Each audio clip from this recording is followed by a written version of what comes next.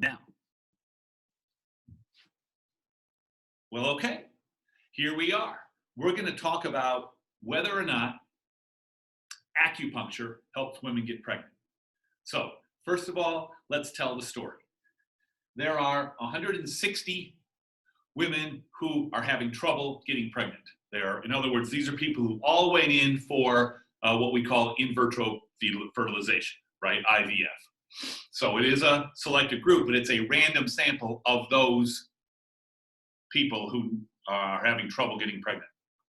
Of course, why do we always blame the woman who has trouble getting pregnant? But that's another story.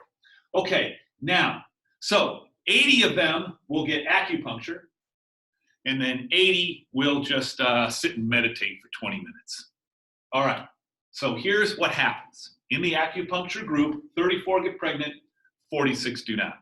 In the control group, 21 get pregnant, 59 do not.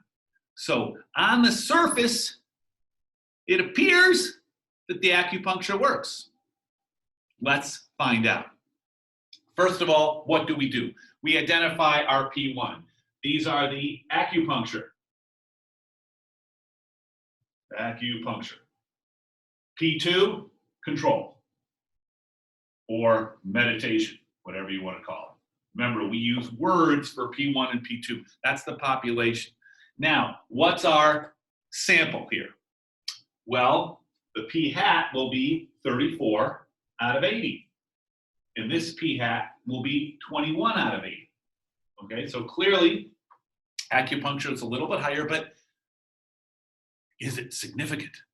And that's what we're going to talk about today. Okay, we're running a test. So what do? We need a null and alternative hypothesis. Null hypothesis is always the same thing. Null hypothesis, no difference. Okay, so your null hypothesis is that P1 equals P2, or P1 minus P2 equals 0, right? This is what we talk about with the confidence intervals. Alternative hypothesis, well, the alternative hypothesis is going to be that acupuncture works. So P1 acupuncture will be greater than P2, right? That's our alternative hypothesis. And let's just make sure that's what we got exactly. Okay. So now we're going to run the 2-prop Z test. Okay, so this is exactly how you do these problems. So when you solve this for me to turn in, you're going to identify your P1 and P2 in words. You're going to do your P hat 1 and P hat 2 in numbers.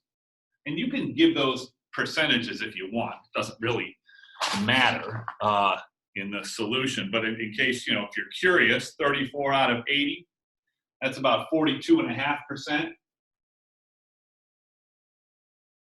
And then 21 out of 80, that's probably which is a little bit more than 25, right? So it's 26.25%. Okay. Clearly there's a difference, but is it significant? Let's run it and see. So let's screen share over to our calculator, and let's get this started. Okay, so we're going to go here, here, and let's screen share. Okay, so let's quit out of here. All right. Now I've got my keystroke history here there if you're interested, but we're going to go stat, say it with me, tests, number 6, 2-prop Z test. Okay, well, what do we got? X1 will correspond with our P1. So that's going to be 34 out of 80. And our X2 will be 21 out of 80. So we're all good here. What's the alternative? P1 is greater than P2. Enter. We'll go ahead and calculate first and then draw. So we'll calculate. And what do I got? I got a Z of 2.16, so I got to label that. I want to write that down. And then most important, our p-value, which I think is pretty low here, 0.152. Let's go 4 decimal places on that p-value. And there you can see your p hat 1 and p hat 2. Now, if I do the same thing and go to draw, I can get a nice Z curve, I hope. Oh, I have another thing turned on. But ignore the vertical lines. That's from, you got to make sure all of your other graphs are turned off. So this comes in here, up here, 2.16 out here. There's our p-value, 0.152. I think we're ready for a conclusion, don't you? 0.152, and we're comparing this, sorry, at the alpha equals 0.05 level.